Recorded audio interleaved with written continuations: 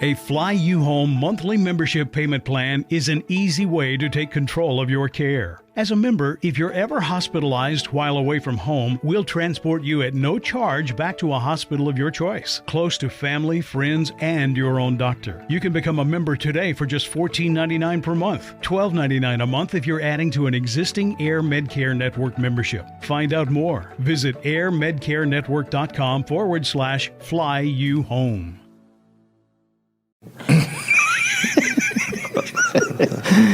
You're listening to the Dollop on the All Things Comedy Network. This is an American history podcast.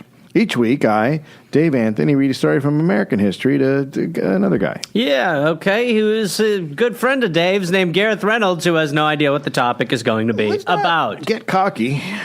Well, it's just the standard intro, so it'd be great if you just did it the same way. Well, you threw in good. Yeah, I guess I did add. Yeah, that was a little presumptuous. Friend? That's my call to make, right? Good or just a friend, you know? Pal? I like your friends. Mouth husband. Like I like your friends, like Luke and some of the other guys, Mike and some of the other guys. Mike? A little bit Who's better. Mike? Mike You made O'Connell. up Mike. Who's Mike? O'Connell. Oh, O'Connell. I can't believe you're forgetting your friends. I know who he is, but he's not one of my cast of characters that you've hung out with. I like your friends. I like your friends, Called Dave. it, quote, Like his jam pad. Jam pad? I'm the fucking hippo guy. Dave, okay. My name's Gary. My name's Gary. Wait. Is it for fun? And this is not going to become the Tiggly podcast. Okay. This is like anarchy. On a 5-part coefficient. My room is playing. Now hit him with the puppy. You both present sick arguments. No sleep till hippo. Just like the hippo. Action partner. Hi, Gary. No. Nicely done, my friend.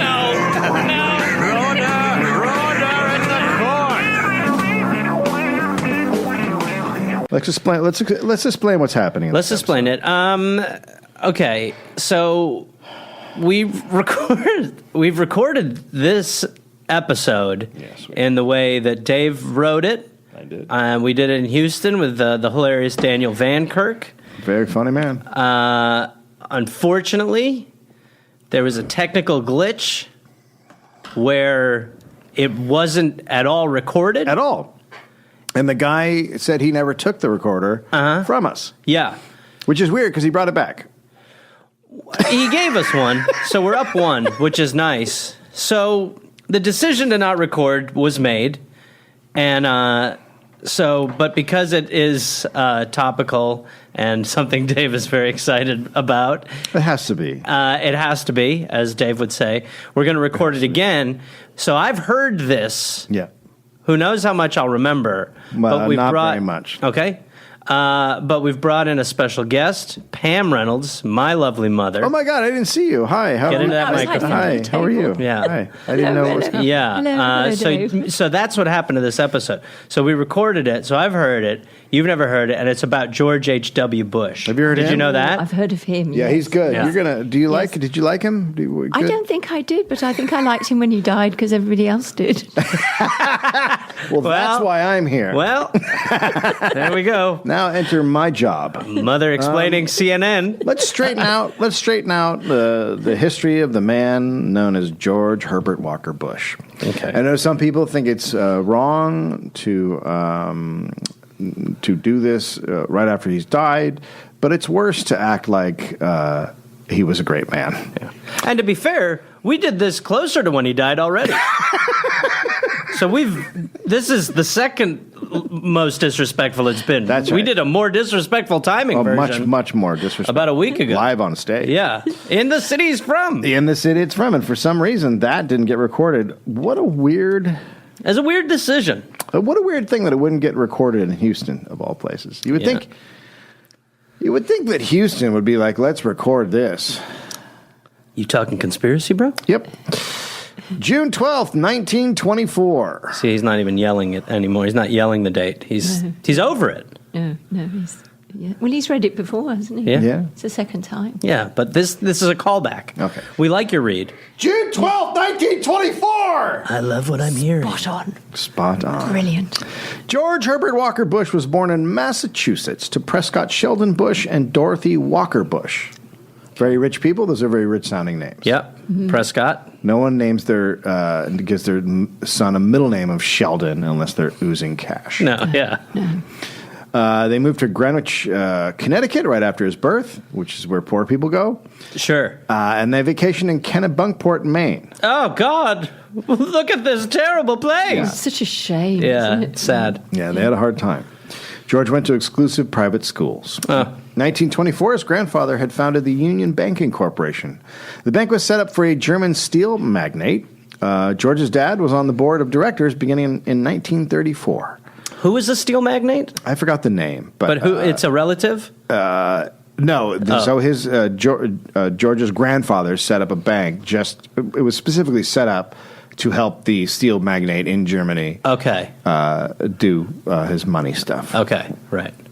In 1941, which sounds good, and around this time is on the up and up to be doing 1924, stuff like that. trying to help out Germany. Yeah, what could go wrong? For sure, yeah, exactly. In 1941, the New York Herald reported, quote, Hitler's angel has $3 million in U.S. bank. Mm-hmm. Sure. Yeah, you didn't hear Hitler's angel a lot. No. But they fought the Hell's Angels and killed them. They did. Slowly.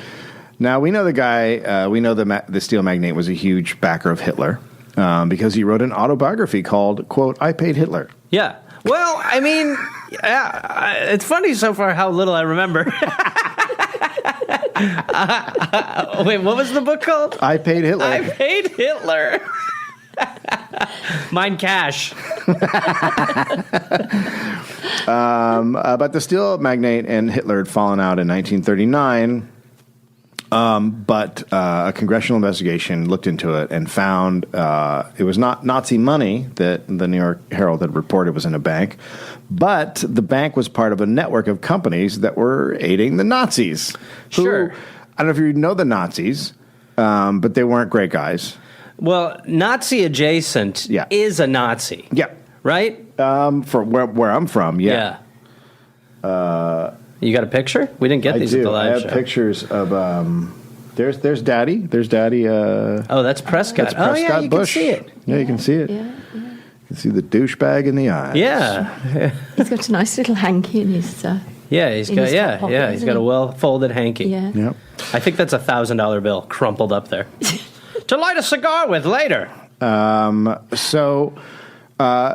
Prescott was director. He was named in the report by Congress. UBC was then seized by the United States under the Trading with the Enemy Act.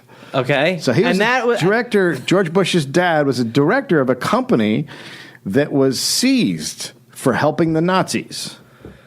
It's weird because you would think that some of those tendencies would rub off in the future generations. No. Yeah, okay. No, not at all. Okay. Nazis not hereditary. No. Okay.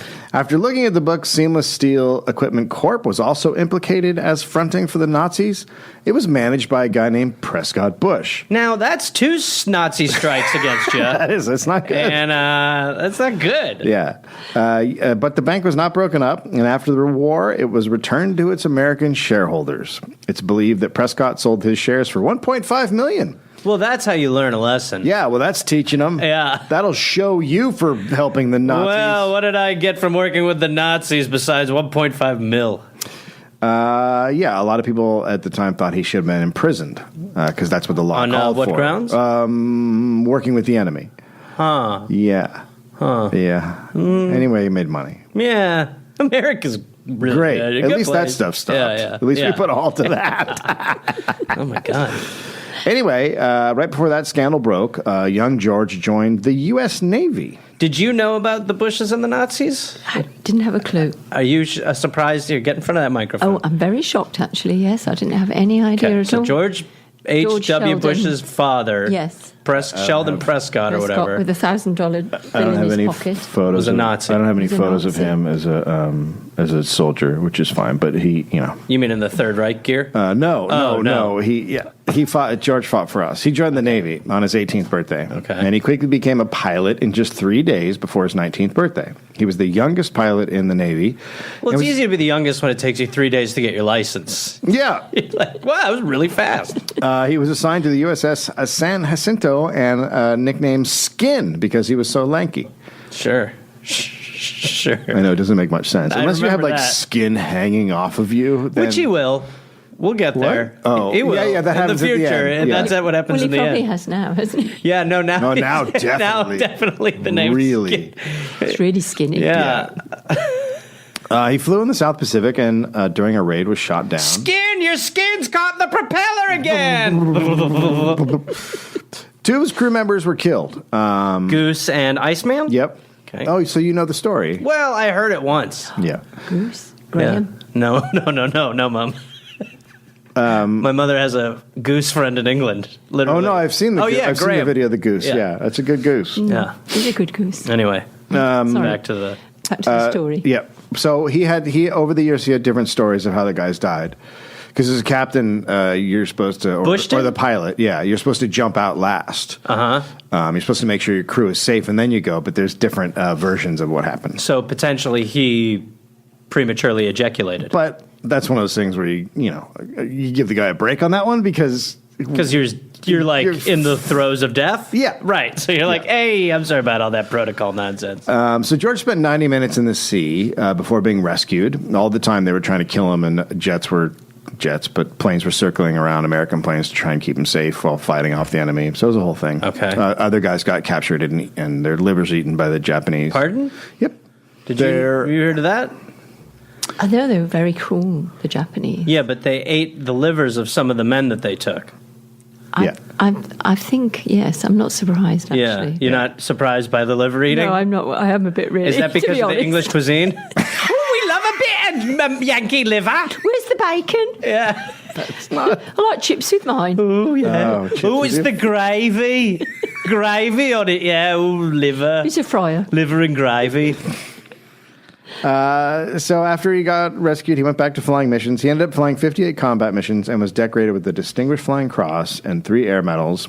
And then he was sent to Norfolk Navy Base to train other pilots. And he married Barbara Pierce. So George was honorably discharged on September 1945. He was also later that night in the wedding bed honorably discharged. What? Little Prescott. Your mother's here. Huh? Gosh, that's nasty. I'm talking like... That's 2 back-to-back dick jokes. Yeah. You're welcome, Mummy. Yep. So after 1 month after the Japanese surrendered, he's out. Okay. He goes to Yale. Prescott was on the university board, so that probably helped. You think that helps if your father is on the board? Of Yale. It Yeah. might. George joined a fraternity.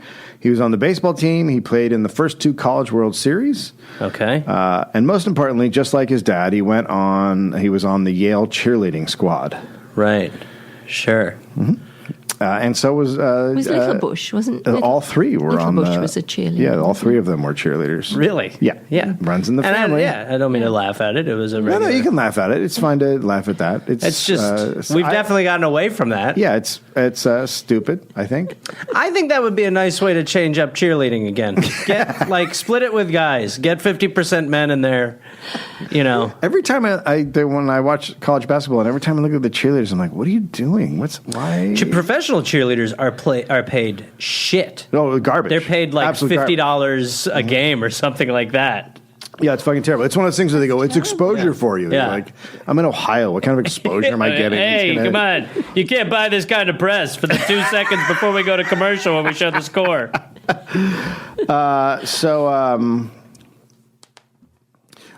He was initiated into the Skull and Bones Secret Society like his dad. It has always been full of rich, powerful people, the Skull and Bones Society. Right. George did this all in 2.5 years. That's how long it took him to graduate. Which I have nothing but disrespect for people back then who got through college. Because college, you're not paying for it back then. It's just, right. And especially him, you take your sweet ass time in college. Right. Now they got to do it in 2.5 years because it literally costs $9 billion. But back then you could take. But I went to college. You could go Rodney Dangerfield it. I went to college for 6 3/4 years. Yeah, but you're an orthodontist. Because it was cheap as shit. Yeah. It started at $300 a quarter. By the time I got it, was $900. It cost nothing. So just ride the fucking wave. Yeah. Yeah. So no respect. It's weird by day to be a cheerleader and by night to be in like some janitorial closet, like drinking lamb's blood in the Skull and Bones. But that's the fun of it. Yeah, that is the fun. After George graduated, he went to work for Dresser Industries, a family-connected firm that provided services to the oil industry. If you can imagine that. Right. Somehow he got connected with the oil. Weird. George Barbara and their firstborn, George W., were sent to Odessa, Texas. Dresser was a company that provided cover for CIA operatives. Okay. Have you heard of them? Yes. So Dresser is oil and CIA? Yeah. So, It's a lot of good stuff.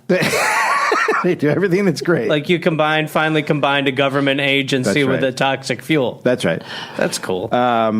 So Yale was a big funnel into the CIA. An ex-CIA officer named Osborne Day from the Yale class of 43, quote, Yale has always been the agency's biggest feeder. 43 men from Yale's class of 1943 entered the intelligence services. It's got to be hard to remain covert when you're like walking around like, Teddy, my man. Oh, I mean, nothing. I mean, Tsar Tuchelnik. Hello, sir. I mean, essentially, they're just rich kids who can get jobs at places and then do stuff. Right. Because if you're another guy, if you're just a random dude, then you have to try to get that job. Whereas these guys automatically have jobs, so of course they Also, get if it's sort of legacy based in a way too, right? Like they know who your father is. You're kind of vetted in a secondary. Yeah, your dad's a fashion that Nazi, way. so why not have you? You're checking a lot of boxes for us, Prescott. All the illegal funds, the ties to Nazis. Good Lord, make us want it a little more, would you? So yeah, don't look at the pictures. Don't look at the sorry. pictures. Yeah, don't Come on. cheat. Don't I, cheat. I cheating. like pictures. Get I like pictures. They're easy. It's easier than reading. We're going to do a picture podcast I like picture next. books. yeah. So, Dresser moves its headquarters to Dallas, and George was with them. The Bush family had a friend, Alan Dulles, who became deputy director in charge of clandestine operations in the CIA. So, double secret, right? Shit. Right. The Dulles family had been in on the Nazi business with Prescott.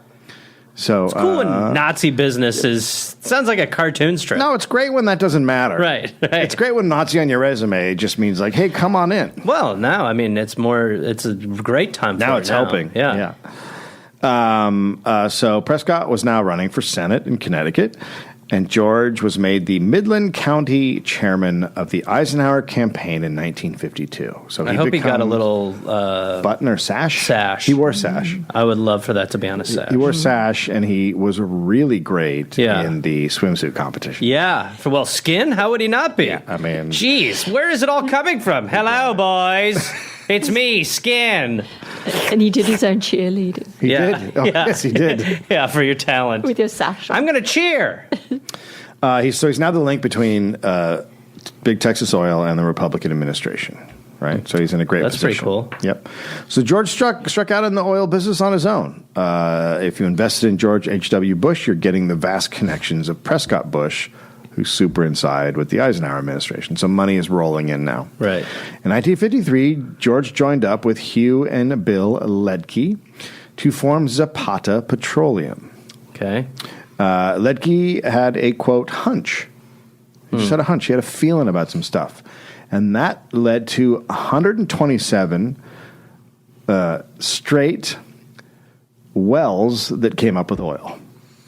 So he Yes. had he was magic- riding a hot streak. Oh, well, I mean, it's either a hot streak or something that the CIA helped with, because there's no fucking way in hell you drill 127 holes. First of all, language. Sorry. Cam is here. I apologize Watch to your you. goddamn mouth. But I've heard filth Second of come out all, her. would you quit would you quit just getting so angry at a hot streak? It's I bet you're the kind of guy who thinks Barry Bonds doesn't belong in the Hall of Fame because he used growth hormone until his head looked like he was some professor from the future who could move items with his thoughts. Let me say that I think he should be in the Hall of Fame twice for being a great baseball player and for having the biggest head. They should make two busts, one Yeah. when he was regular and one after. Have you got a picture of his head? No, It's a huge head. Mother would love to see Barry Bonds' head. We'll show you after. It's Yeah. really something. It's quite The difference melon. We'll between- show you the before and after. Yeah, that's what Good, you really good. got to see. Did he have it fixed? You can't the get head? it fixed. You don't go to a Does it drainer. ever? No, it recedes after you stop doing steroids, doesn't it? Once your head gets that, what happens? You just get a bunch of extra Aaron? head skin? You don't know? What about Mark McGuire? Does he still have a giant head? He's huge. Yeah, He looks like Gigantor. I thought you went back down to small. It's not like some sort of wizard spell where at the end of your movie you're like, I'm regular now. Once you've made yourself enormous. All right, well, he should be in the Hall of Fame. Yeah, twice. So, Zapata stock goes crazy from 7 cents a share to $23. Super lucky. Quite a super jump. lucky. You've played the markets. Oh, yes. Yeah. Okay. Zapata moved into offshore drilling in 1958. Zapata's oil rig, named Scorpion, was moved 54 miles north of Cuba. Nice. Operation Mongoose was a CIA program to remove the communists from power in Cuba. So an oil well is a deadly insect, and then you go with mongoose for the operation? Interesting. Yeah. Interesting. It's like you're trying to cover something that's not there. One official quote, George Bush, one CIA official quote, George Bush would be given a list of names of Cuban oil workers we would want placed in jobs. The oil platforms were perfect for training the Cubans on raids on their homeland. So the oil rig is simply a way to train Cubans and then send them to Cuba to attack and try to overthrow. So it's like Castro. a twofer? Yeah, like you've got oil going, and then that's when right. you're up there, you're like, and let's try to overthrow the government. Yeah, over why there, not? huh? We got a thing going With on Cubans. here. Yeah. Okay. Zapata operations were set up in the Persian Gulf, Trinidad, Borneo, Medellin. George was constantly traveling. Zapata started helping the CIA pay off politicians in Latin America. Well, Dave, that's not legal. Well, Okay. I mean, no. Okay. It's not, but the CIA gets to do whatever it wants. Right. They're Yallies. Yeah. Zapata money flowed through Mexico. Ex-CIA agent, quote, Bush's company was used as a conduit for these funds under the guise of oil business contracts. And it's free CIA money because if money doesn't go into the U.S., it's not taxed. So he's just making money and then giving it to whoever the CIA wants it to go to through Mexico to all the Latin American contacts. And Now, it's, Mom, just remember, this guy will become president. yeah, and he's I don't know if you saw the coverage, but pretty great. Yeah. Yeah. You just got to ignore all this stuff. Yeah. Yes. Zapata did not have right to pay taxes, right? So President Kennedy, John F., I don't know if you know what happened to him. I do. Yeah, not a do. great ending. He was assassinated on November 22nd, 1963. What? Yeah. Oh, you didn't know this? My God! Yeah, we'll do that episode later. Oh, don't be Yeah. upset. It's all right. I was just trying to love the guy. Let me get you a hanky. Oh, my God. I know. I know. It said every person in America. How old was he? He was 47. Oh, my God. 74. Oh, so young. Thank you, Mother. It is said every person in America remembers exactly where they were when they heard that Kennedy had been killed, except Where were one you? person. Yeah, I was at school. We went Yeah. to the stockroom and cried. Really? I don't think we really knew who he was. Yeah, but we yeah. So you cried. remember? It's like 9/11. Yeah. You remember where you Yes. were. We You know who Human doesn't? 9/11. You know who doesn't remember where they were when Kennedy was killed? George H.W. Kennedy. Bush. Oh, Kennedy. Yeah, he has no memory of it at all. Yeah. yeah. really George. naughty, wasn't it? George Bush has no idea where he was. How does he not? He said he was, quote, somewhere in Texas. Well, that's where the assassination took place. The FBI knew where George was from an FBI report on the day of the shooting. Quote, what a picture. It was so exciting. quote, somewhere in Texas is actually at 1:45 p.m., Mr. George H.W. Bush, president of Zapata Offshore Drilling Company, telephonically furnished the following information to writer by long-distance telephone from Tyler, Texas. Bush stated he wanted to be kept confidential, but wanted to furnish hearsay that he recalled hearing in recent weeks, the day and source unknown. He stated that one James Parrott had been talking of killing the president when he comes to Houston. So that's where George was. He was making a call from Tyler, Texas to the FBI, but he doesn't remember where he was. It's shady. What? It's very shady. We also remember how much fun we had with the parrot guy in the live one. Boy, you guys, it's just such a fun run. There it is. There's the FBI memorandum. Well, it's a little strange. So stop looking at the pictures. Stop it.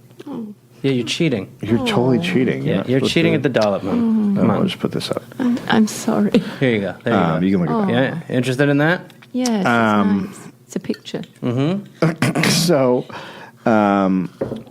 there's there's a shitload of conspiracy theories and weird connections when it comes to Bush and Kennedy and where he was and who he was working with and blah, blah, blah.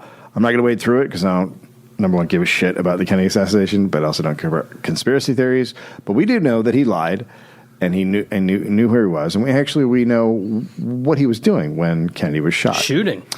The president of the local Kiwanis Club says George was giving a speech when he was told of the assassination. Quote, George stopped his speech and told the audience what happened. And then finished reading the story about a puppy dog. That's right. He said, I consider it inappropriate to continue, and then he sat down. Yeah.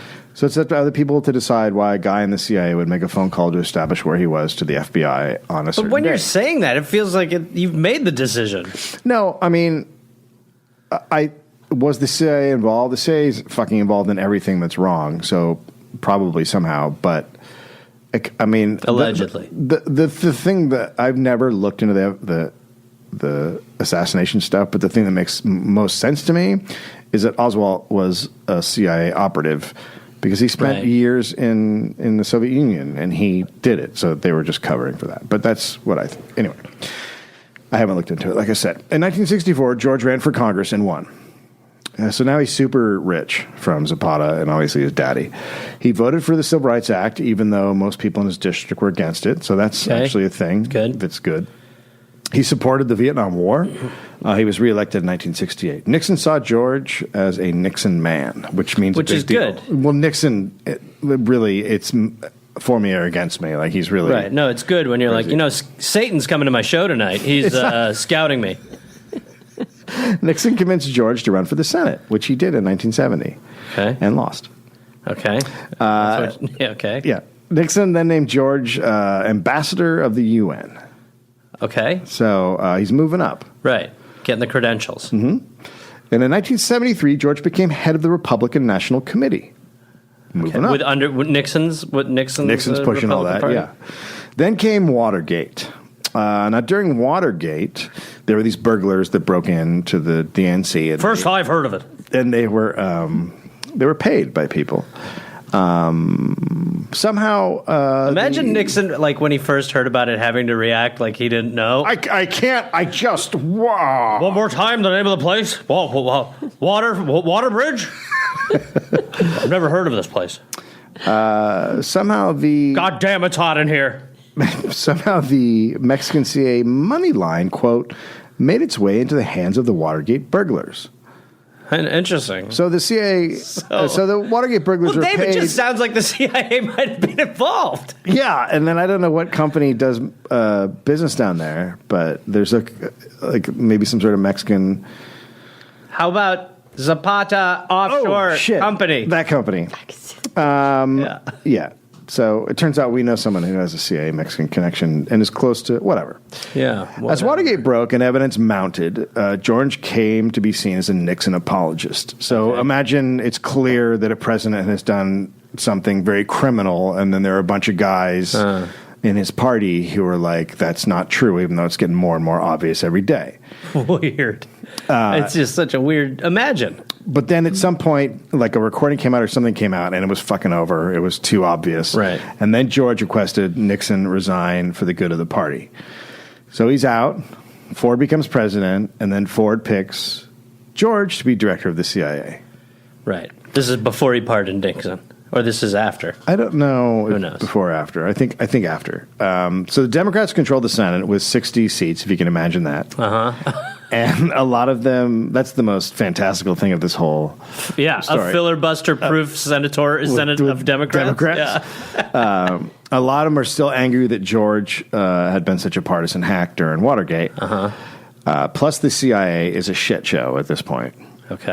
It had been revealed the CIA was spying domestically, which it's not supposed to do. Imagine. So could you imagine the CIA doing Well, that? now our phones do it for them. Yeah. Yeah, it's pretty simple. A CIA investigation dug up CIA scandal after scandal after scandal. Right. So The CIA Democrats- investigations, sorry. God, we're idiots. A Senate investigation. Oh, okay. So the Democratic Senate is investigating, and they're just digging up thing after. It's just a Weird. fucking shit show. That's not going to happen. So if the Senate confirmed George, he would be the first partisan politician to run the CIA. So before this, it's all been military guys or business guys, but it's never been a guy who Who's was a Republican declared- or a Democrat right. and then taking over the CIA. Okay. So this would be a whole new thing. That's I'm cool. sure, and I'm That's sure it'll a be fun new great. wave to ride. Yeah. So the Democrats came out hard against him, and it didn't look good for George during the hearings. Okay. Your mom's very excited every time. Yeah. No, she doesn't understand that this is audio mainly. Oh, it's so cool. She actually watched. Oh, look at that! She watched one of the recordings when she was on this show on YouTube, and what was one of the comments? Someone said, "What?" Oh no, I think I Googled you one day because I was trying to see if my computer was working, and so I can't remember. I think the one lady said something about me, and then she said she sounds like a lovely old British lady. So on the YouTube then- comments, it said, "Sounds like a lovely old British and lady." then somebody had replied and said, Gareth Reynolds' mother is not old. That's right. Sticking up for Yeah. it. Yep. Yeah, So she's right. finally- Good for that one. Yeah, she's learned about Never- YouTube let me tell you comments. something. Never Never read the read comments. YouTube I know how comments. Trump feels now. Yeah. Oh, well, Yeah, no, well, because you have I a don't soul, so I don't know if you know that. But Yeah, a lot of differences, honestly. Okay, so he's about to not get confirmed. yeah, for so it's the- not going good. Right. And then 8 days after the hearing, a CIA station chief was assassinated in Greece. Okay. He'd been living in the same house as the previous station chiefs and had been publicly ID'd in the papers. So everyone knew who he was and where he lived. And he works for the CIA. Yes, he's Okay. the station chief. Okay, so they now in Greece know who the CIA station chief is. And where he is. And where he is. So a local militant group had been watching him for months, and they kill him. Right. Well, they weren't doing a great job. They were like, where the hell is he? they were watching. I mean, they're watching. The CIA and White House are all over it. They blame the Democrats. The plane carrying his body back, quote, circled Andrews Air Force Base for 3/4 of an hour in order to land live during the Today Show. Which is what you want when you're like, if you're the family of someone like that, you're like, it's good for him to get up. Like, this is about the right stuff. This is how you're supposed to do it. I feel like you don't know what the right stuff is. Keep him going around for a few hours Yeah. until the cameras are ready. Perfect photo Yeah, shoot. yeah. So the Guys, I know you landed. Can we do one more where he just looks a little more into it? I mean, I take know it he's out. a corpse. Here's what I'm thinking. Plane comes down. Yes. His hand is hanging out the window. Now this is what I'm talking Yeah. about. Somebody who thinks a little outside of Let's the box. get it And I'm back not up just there. talking about the casket gang. Sorry, I said box. I'm sorry. I know that's your son. Anyway. All right, that's lunch. And then after we get back from lunch, we're going to try to get this one, guys. Let's really get this one.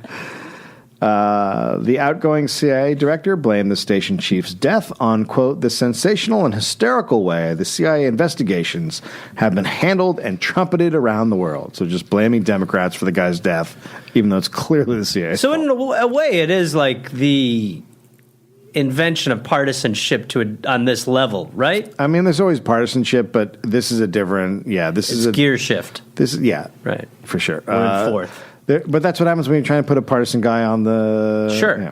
So there's zero evidence that any of this was true, right? The Democrats had nothing to do with it. But the public no longer supports the CIA investigation. That's the result. Right. Strom Thurmond argued it was time. He was Who is great. it? If you don't know Strom A great Thurmond, he's guy. one of our, Remember one that of our name? best racists. Yes, I do. Yeah. I do. One of the most prominent Strom the Bomb racists Thurmond. who had a child with his black maid. So he's cool. Oh, that was nice, wasn't it? Oh. Yeah, he's a really good one. Lovely Strom the man. Bomb. Strom Thurmond argued it was time to confirm George because the public no longer cared for the Senate, quote, tearing down the CIA. Also, it's time for more blood. I can't see. New blood. I'm so old. Put more blood in me. And they needed, quote, this highly competent man to repair the damage of this overexposure. This highly competent man. After Strom's speech that day, George was confirmed by a vote of 64 to 27. Okay. It's weird that the Democrats have backed down. But Well, they because did it they back don't do that. Yeah, they used to do that back then. They So would this back is when the down. Democrats didn't have a spine, Yeah. unlike now where it's like they are like hardcore leaders who get it. That's why they say Stone Schumer, because it's like he's made of yeah, stone. right. Cannot be penetrated. Yeah. What the Senate had not learned was that Chuck Schumer's boneless, right? Yes. Okay. Just wanted to make sure. He's without bones. Is he skinny? Or skin? Yeah, his skin's A opposite. bit like the Bushes. Yeah. not learned was that the CIA was in the middle of something called Operation Condor. In 1975, 6 South American dictatorships in Argentina, Bolivia, Brazil, Chile, Paraguay, and Uruguay. So these 6 countries, South American countries, conspired to eliminate their left-wing opponents and dissidents. Their intelligence services traded information in order to kidnap and kill domestic leftists in their own countries, and then traded information about exiles who had run away in other countries. Or Do you ever feel like history repeats itself? I don't know why you would say that. Okay. Okay. So here's a picture of that's just Chile. That's a museum in Chile of all the people who disappeared Wow. or were killed by Holy shit. this Operation Oh, Condor. wall, isn't it? They traded information to find where exiles were hiding. Okay. People were put in concentration camps. There were death squads. People were tortured, interrogated, executed, and secretly buried. These were union leaders, peasants, leaders, priests, nuns, students, teachers, intellectuals, and suspected guerrillas. And the CIA played a huge part Well, because they're awesome. and Bush is now in charge of the Yes. CIA. And Bush's dad is a Nazi amigo. It's weird. It is weird. Okay. The CIA trained and funded the intelligence directors of these countries. They gave access to sophisticated U.S. communication networks. The operation was running under George when he was director of the CIA. A Chilean dissident named Orlando Letelier was living in D.C. He had escaped from Chile. He had been at a concentration camp, and he was very vocal against dictator Augusto Pinochet. On September 21st, 1976, he was killed by a car bomb, as was an American woman in the car with him. This is the car. Oh, wow. The mastermind was the Chilean intelligence chief and a paid asset of the CIA. It feels like the CIA had something to do with some of this. A little bit. Yeah. Turns out the CIA knew that he was responsible, but George had the CIA leak a document clearing the Chilean intelligence service. Was it just like the same letter that was when he was in Texas? Just like, this is the same thing as before. Yeah, I think you'll find that nobody did anything. So he purposefully put out a letter, even though this guy had killed an American citizen and a dissident in Washington, D.C. Right. George Bush put out a letter to lead the FBI in the wrong direction. So he purposefully says that this guy did not do it and pushes them in the wrong direction. Right. Newsweek, the CIA, quote, the CIA agency reached its decision because the bomb was too crude to be the work of experts and because the murder, coming while Chile's rulers were wooing U.S. support, could only damage the Santiago regime. So it was such a shitty bomb that there's no fucking way the Chilean government could do it. Right. Because it was so bad. It's so bad. Like, nobody could make something this bad. I mean, it's a this shit. is genuine dumbass. This is a shit bomb. It worked great. It worked super good. Sure, It if killed- the point of a bomb is to just make it go off, and kill then the it worked. guy that you're trying to. But yes, if you want to talk about having a little fun after the fact, that's right. after the candy's out of the piñata, Yeah. well, not this is below expectation. right. Not our guys. This is not good. Our guys. So if I can give you like a sound difference, like if our guys did a bomb, it would have been like. But this one was like. Yeah. So not our guys. Yeah. You know what I mean? Yeah. Or the other.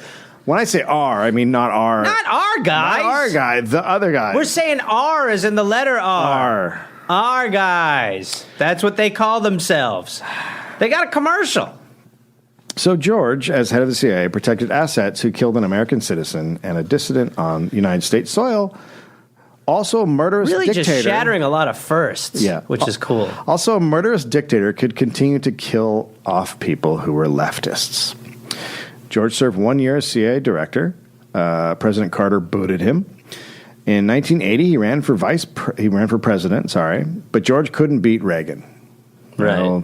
He was too good. Reagan was too smart. Empty-headed. He was, however, picked to be Reagan's vice president. So there is no evidence of what happened with Reagan and the Iranian hostage crisis. No. But there are accusations George and Reagan's campaign manager met secretly with Iran to keep the hostages from being freed until Reagan was president. Right. What we do know is that an hour after Reagan became president, a plane took off from Tehran with all the hostages on it. So that was just a coincidence. Carter might have been one delayed flight away from... I mean, I don't want to blame it on the baggage handlers. But, I mean, who knows what causes delays. I mean, Carter closed the door, and then he's like, hello? Yo, get out of here.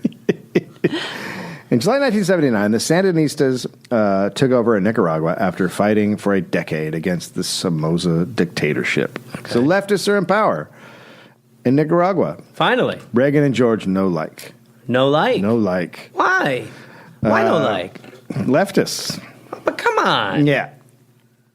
It's sort of the opposite of Nazis. Yeah, it's true in a way.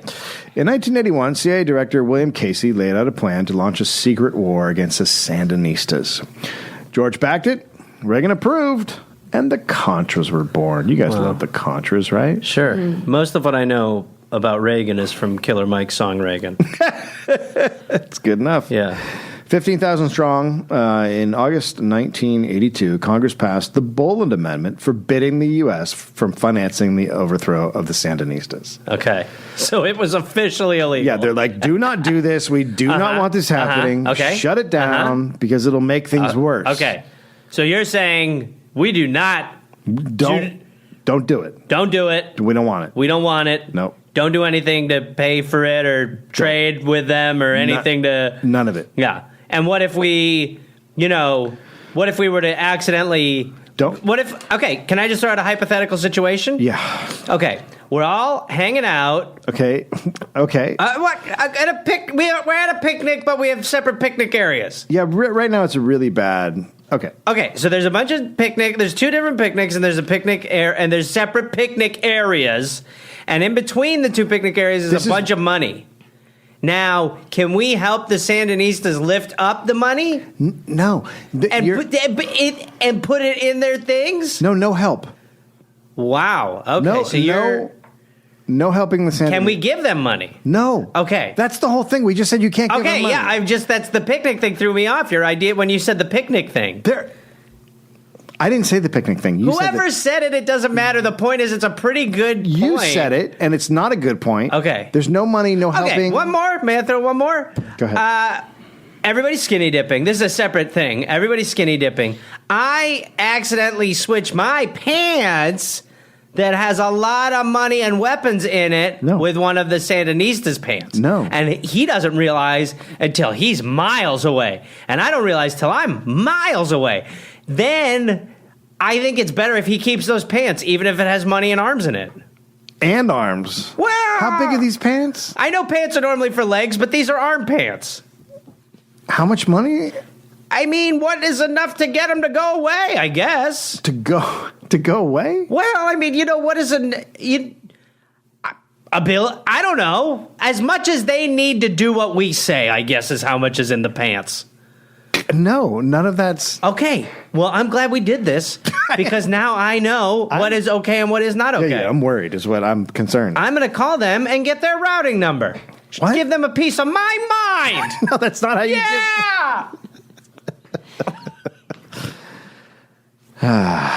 Okay. So within days of the Boland Amendment passing, the head of the CIA, Casey, had a new operation running. Now, George H.W. Bush was in charge. Interesting. He was not a normal vice president. He was, quote, in the loop on top secret stuff. And Well, they approving- wanted the president or the vice president to be aware of what was happening. Okay, what did he say, George? Oh, okay. So he is in the loop on top secret stuff and approving weapons for the Contras. His operation became known as Black Eagle.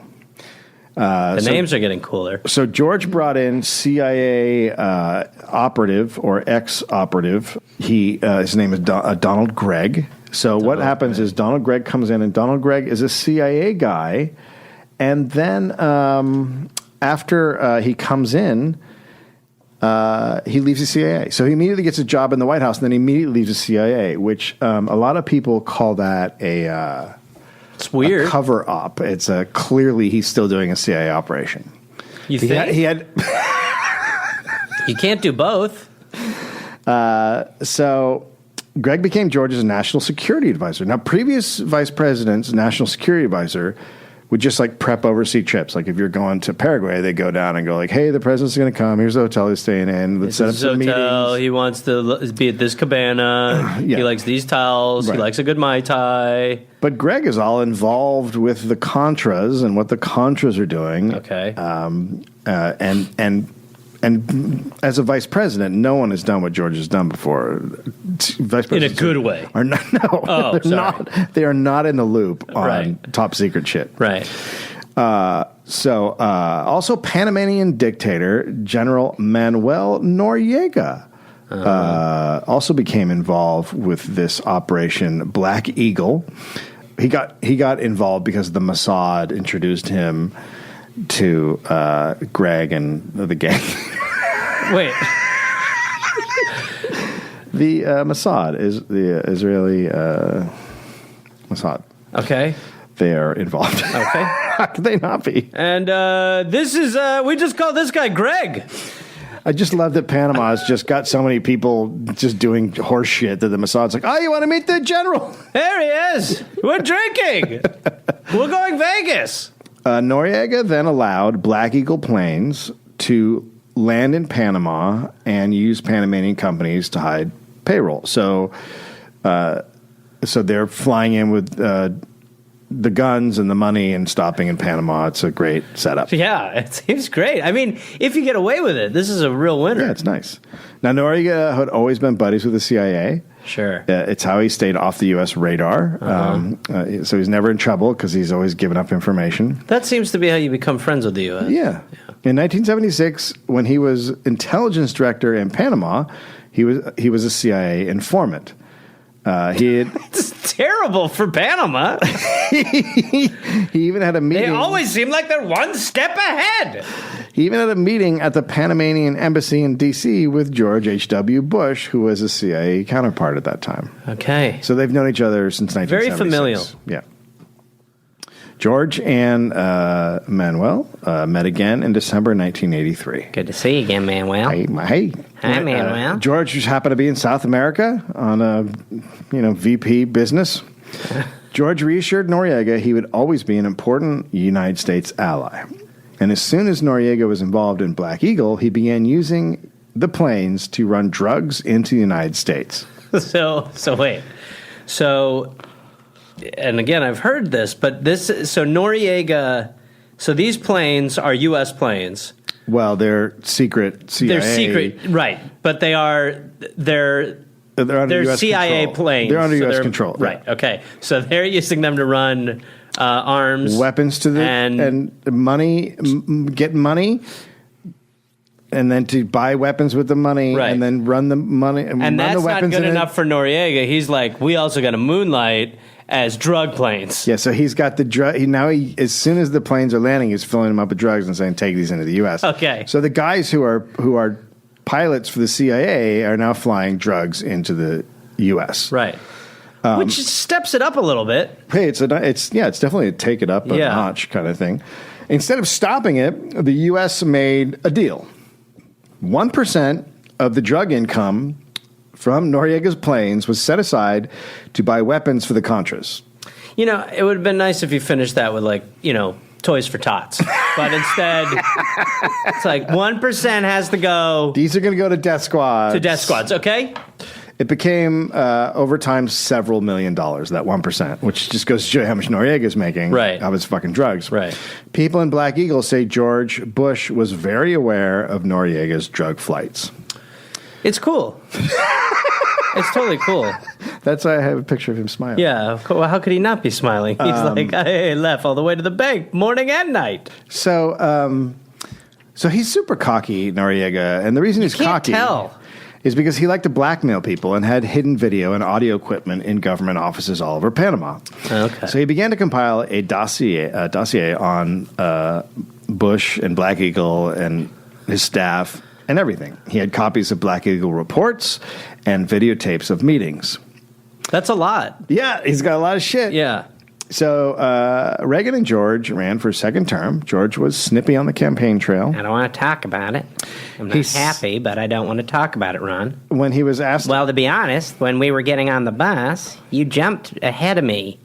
And I was waiting for you to go on, and then you took so long. And then by the time I was ready to get on the bus, you decided to get on the bus. This and I is looked like the- I was standing... Now, hold on. Okay. I looked like I was standing out there, just holding the door open for you to get on the bus. This is the And by the way, it's our anniversary. this is the worst snippy ever. Like, it's the slowest, most meandering Well, snippy. okay, you know, I'm in a mood. Okay? And I apologize. When George was asked by reporters why his stance on abortion had changed, Because Ron wouldn't let me on the goddamn bus. he said he couldn't remember his previous stance on abortion. What? How do you forget your stance on abortion? You forget it. Where did I land on that? Where I am now, I've always been Well, did I against say- abortion, I think. No, what? No, you used to not be against abortion. Well, I don't remember that. I'm pro-life choice. I don't remember. I'm anti... oh, boy. When reporters asked him how he couldn't remember, he said, quote, "There are an awful lot of things I don't remember." Awful lot. Like he's just some like grandma who's like, well, I can't remember where my knitting needles are, where my prisers There are. are so many things I don't know what's happening. There's a lot going on right now. I've got a bunch of recipes in my head, and I can't remember which one I was going to make. Their opponent was Walter Mondale. He picked Congresswoman Geraldine Ferraro to be his VP. Right. George had to debate her. He seemed to resent debating a woman. Right. He was hyper aggressive and at one point called out Ferraro for exaggerating about terrorism and saying Democrats didn't care that the Right. Marines had been blown up in Beirut. Yeah. Well, those talking points are still like they are still, still so flies. It's a bit like now. Well, Yeah. that's exactly what happens now. What's the fucking... No, but it is so prevalent where it's just like who? How do you win in that? How do you? can't. How did that ever stick to someone? Where it was like, well, yeah, but she hates the army. You heard what he said. So Mondale asked for an apology, and George refused to give an apology. And the next day, George was overheard saying, quote, "I tried to kick a little ass." And then he noticed a reporter saw him and heard him and said, quote, "Whoops, my God, he heard me. Turn that thing off." Yeah, right. Yeah. That's like when someone says spoiler alert after they've ruined the movie for you. It's like, no, that's not the order that this works in. The guy gets his head blown off at the end. Yeah. Spoiler alert. Yeah. Well, you know, we're the ones who killed Kennedy. Yo, No, oopsie up, poopsie. turn it off. Shut her down. Shut her Shut her down down. now, please. No more recording. I ate his brain. Oh, come on, mister. His staff then showed up on the press plane wearing buttons that said, "We kicked a little ass." You know, it's pretty easy to hate the candidate, but a lot of times it's really fun to hate the staff. Yeah. When you're just like, look at you dumb shits. Yeah. Some reporters started calling him Kick-Ass George. Skin? Yeah. Others wore hats made of jock straps. Those aren't hats. I feel like that's a different situation. Those aren't hats. I feel like Those are underwear. I feel like they were doing something else. That's underwear. Those are not hats. Mondale, Cool hat, man. it's a jock strap. Awesome. Yeah, we're pretty great. Yeah, I got my Mets hat on my dong and my dong hat on my head. What? I'm playing flippy flop with hats. Okay, it's not a good look. It's a jock strap. It's Cocaine on this plane. It's on your what? There's a lot of cocaine on this Okay, plane. let's go. Mondale, though, said George, quote, "doesn't have the manhood to apologize." Whoa. Doonesbury ran a cartoon about George's lack of manhood, though this time, as VP, George was called Reagan's lackey.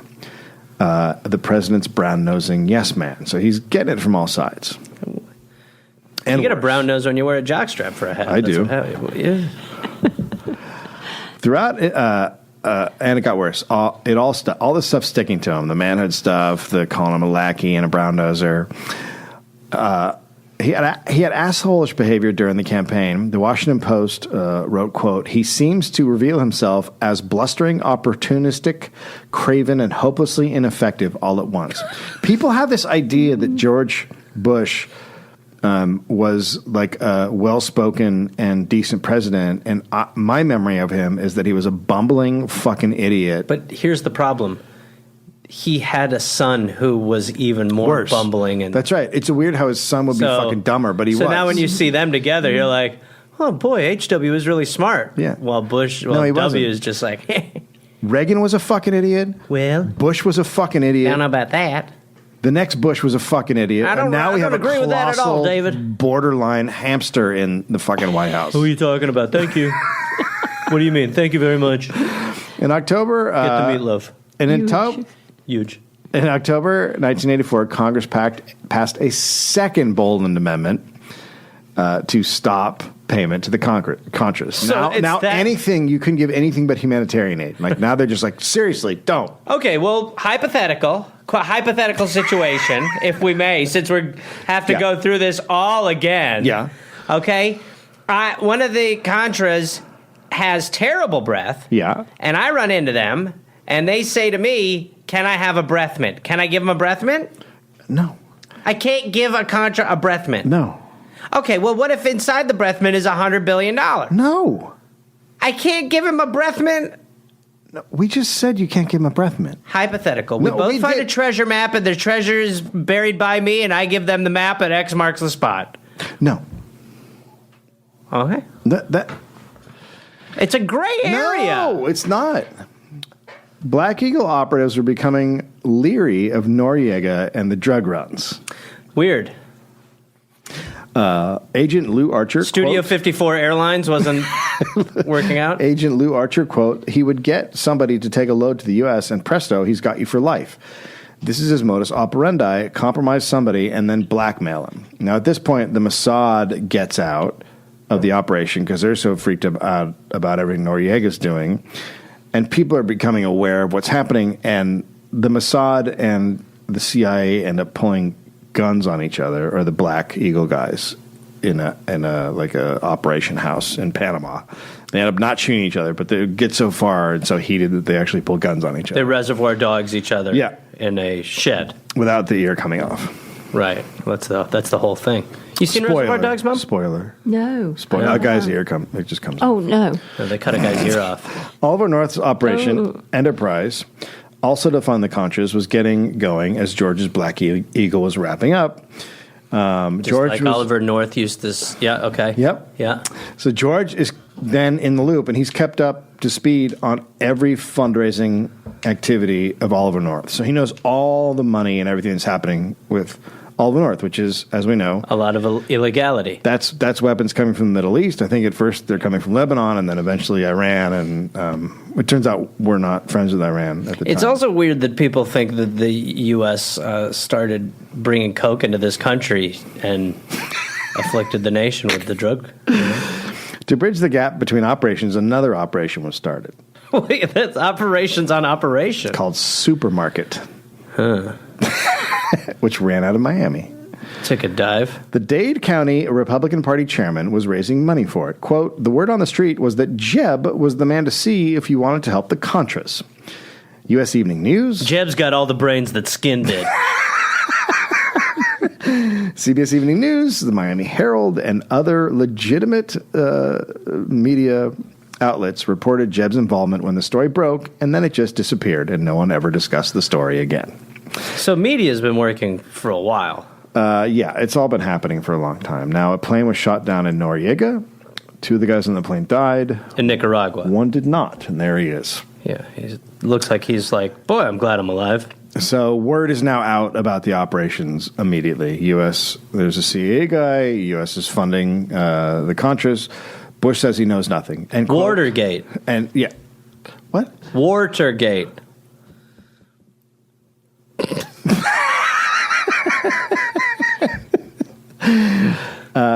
Bush says he knows nothing and even said, quote, I'm catching the dickens from friends for not preventing the Iran arms deal. Well, we have our victim. I'm catching the dickens. I'm catching the dickens from my friend. For not stopping the... My friend Ted over here keeps giving me the dickens. He's like, why are you giving stuff to Iran? Yeah. And I'm like, I wish I could have stopped. I'm like, can we just focus on golf? Quit razzing me so hard. So Oliver North starts shredding documents. A handwritten note was, however, found in the later investigation from George that thanked North for his, quote, dedication and tireless work with the hostage thing and with Central America. Parenthetical. Cocaine stuff. Psst. A special prosecutor was brought in to investigate the Iran-Contra affair. Bush failed to hand over his diary, quote, containing contemporaneous notes relevant to the Iran-Contra investigation. Boys can be so mean at school. He also refused to be interviewed in the late stages of the investigation. Weird. Now, the manhood thing kept cropping up. You know, George is not a man. So much so that Doonesbury was now portraying him as invisible. Oh, wow. Oh. Wow. So now this goes on for years where Doonesbury just has George as invisible. In some empty Roman helmet. That's so funny. In 1987, Jeb Bush said in an interview, quote, he's been reduced to a cartoon. And this was in Newsweek in an article titled, Bush Battles the Wimp Factor. So he's getting hit from all angles. So he's battling, he doesn't look like a wimp when he's dressed like the Gordon's fisherman on a bad day. So in order to prove that he's not a wimp, his son comes out and he's like, my dad is not a pussy. I mean, at one point, I can't remember what the circumstances were, but George W., his son, yelled, like they said, it was something like, how did you think he did in the debates? And he was like, macho! Like it was like, I think my old man's got a huge dick. I think he's got I've seen his penis, it's an enormous pecker. Okay? So this magazine article about him being a wimp in Newsweek came out the day he declared to be running for president.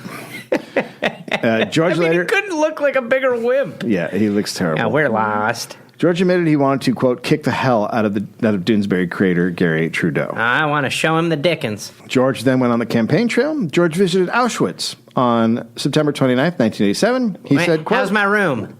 He said, quote, boy, they were big on crematoriums, weren't they? Wow. Wow. Oh, my God. How awful. What is he... Is any part of him trying to, like... Is there some sort of deniability that goes on there if you call them crematoriums? I can't emphasize how much the Trump campaign, the George W. Bush campaign, and the George H.W. Bush campaigns were all the same in that they said and did the dumbest fucking shit over and over and over, and all the media did was attack the Democrat. Right. But it was repeatedly endless fucking nonsense coming out of their idiot holes, and they were never held to account. Right.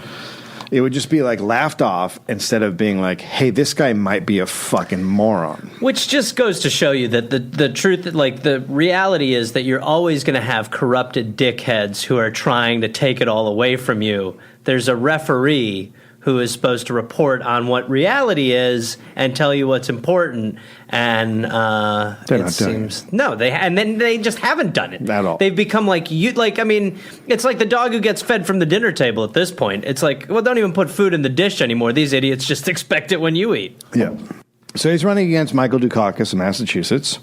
Some said George should pick a female UN ambassador, Barbara Jean Kirkpatrick, a woman, as his VP to add some, quote, machismo to the ticket. So for him, I mean, that's just got to be great for him to hear. Are you suggesting that if I add a woman, I will be That's right. more masculine? That's what we're saying, yeah. Yeah.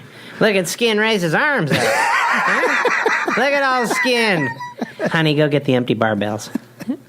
George started making it a point to eat pork rinds on the campaign trail because he thought it made him seem more manly. Right.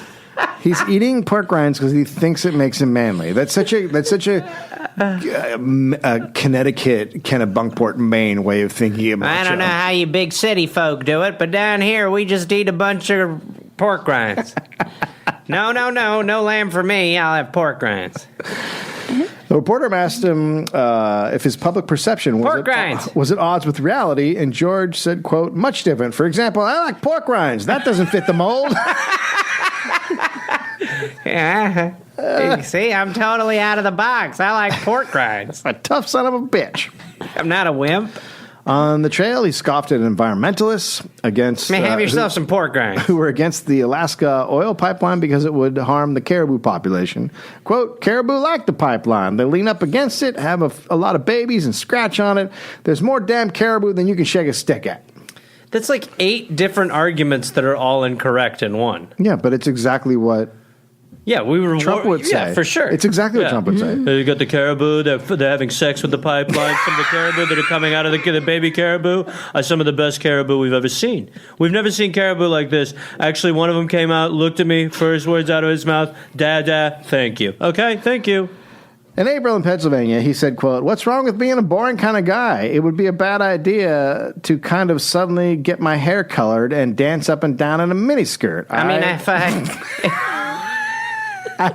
Maybe. I kind of think I'm a scintillating kind of fellow. Yeah, and worst case scenario, if you look at my hair and think it's been dyed, that's probably just me rubbing the pork rinds in the old hair. I always call that hair the head's napkin. Who's in a miniskirt? Not me. I'll Sometimes. tell you one thing, and I'm 100% on this. I'm not a huge pussy. Period. I'm scintillating. All right. Now, as soon as Barbara comes out of the bathroom, I'll give her a bag back. He visited a New Jersey rehab clinic and asked a patient, quote, what did you start out on, just for the heck of it? What is he talking about? Another quote, did you come here and say, the heck with it, I don't need this darn thing? Did you go through a withdrawal thing? So, oh, man, if he could just eliminate thing and question marks, he might pass. During the campaign, July 3rd. So what do? You put the junk in the old vein thing? Put the old black tar in the old vein thing and the old arm thing with the old belt thing, eh? And then you're like, I'm done with this thing. Then you chase the dragon's tail thing for a little while, and then you're in another underworld thing, and all of a sudden your heart stops beating kind of thing. And what? The next thing you know, you face with Satan thing kind of thing. You know that kind of thing? Then you realize your dad's the devil, and you're trying to get away from him, but you accidentally... Yeah, it's one of those things. With the sort of, thing where all of a sudden you realize your dad's the devil, and the only way you can get out of the thing is cook your brain out, sort of thing. I want some vodka. I'm buying, kind of thing. What? Huh? Is that sort of thing? What? Who wants a pork rind? No. Who wants pork rind? Huh? I don't want... Well, I think all these guys in here are a bunch of pussies. They like pork rinds like me. Can he go away? This is not good for my sobriety. I can't eat any more pork rinds. I'm dying. I think it sounds like the Duke of Edinburgh wrote his script. The Duke of Edinburgh? That is totally... He was known for putting his foot in it. Oh, he was? Yes, totally. And still is. Wait, that's... I'm not going to make a guess. Who's the Duke of Edinburgh? He's the Queen's husband. Oh, the Queen of England's husband. What's his name again? Philip. Philip, that's right. Oh, yeah. He puts his, not only does he put his he also puts his stuff in it on an island with Epstein. Allegedly. Allegedly. Epstein. On July 3rd, 1988, an Iranian airliner with 290 people on board was shot down by the USS Vincennes. U.S. officials reported the airliner was off route, descending rapidly and heading for the Vincennes. A Navy report will come out on August 3rd refuting those claims and blaming human error. Okay. U.S. officials concluded it was, quote, a tragic and regrettable accident. So we shot down an airliner with 290 civilians on board. Tried to say the airliner was attacking us. That turned out not to be true. George was out on the campaign trail and said, quote, the Iranians shouldn't be sending an airliner over a combat zone. By combat zone, he means Iran. Right. Yeah. The thing about that sort of stuff, too, is that those are, like, I think there's definitely something, once someone commits some sort of act of that nature, it's terrible. It's like a blueprint. But once the U.S. does it, it sort of sends a message that it's actually like way more okay than a lot of other countries. 100%. And we're doing that more and more and more, where we're sort of like, yeah, now we get to do it too. And it's just the message it sends is just. It turns out it all started with this guy here. Oh, Rindy? So he said to a group of Republicans on August 15th, quote, "I will never apologize for the United States. I don't care what the facts are. I'm not an apologize for America kind of guy." You're in an abusive relationship then. You are married to an alcoholic who can do no wrong then. So I put this quote up on Twitter the day he died because fuck him. And a bunch of people were like, he didn't say that on the day it was shot down. Right, dumb fucks. He said it during the month-long discussion and 2 weeks after the report came out saying we did it. Your point that he didn't do it on the day was fucking stupid. He did it days after when the fucking country was discussing it. So you're wrong. Do you follow Dave on Twitter, Mom? Oh, no. But there's just if you did, there's this whole right-wing talking point that he didn't say that in relation to the shooting down of the plane. But he did. Because it didn't happen right after the plane was shot down. And, no, you're right. It came out. He said it after the report came out. Oh, but you're wrong because you can't say something about something 2 weeks after it. It don't exist no longer then. Yeah. In his nomination speech, George tried to show how manly he was. Quote, "Watch me lift this microphone above my mouth. My little arms." "Weakness tempts aggressor, strength stop them. I will not allow this country to be made weak again. Never." George also said, quote, "Congress overreacted and seriously weakened the CIA." In speeches on Iran-Contra, he said, quote, "There is this insidious suggestion that I was conducting an operation. It's untrue, unfair, and totally wrong." Well, we know that means it's true. But the special prosecutor was still investigating, and George ran. So he's being investigated for committing a massive crime, trading with the enemy like his fucking dad did. Sure. Running drugs into the country. Funding death fucking squads. Yes. And he's running for president. Yeah, okay. But he eats pork rinds. And then he ran one of the most racist election campaign ads of all time.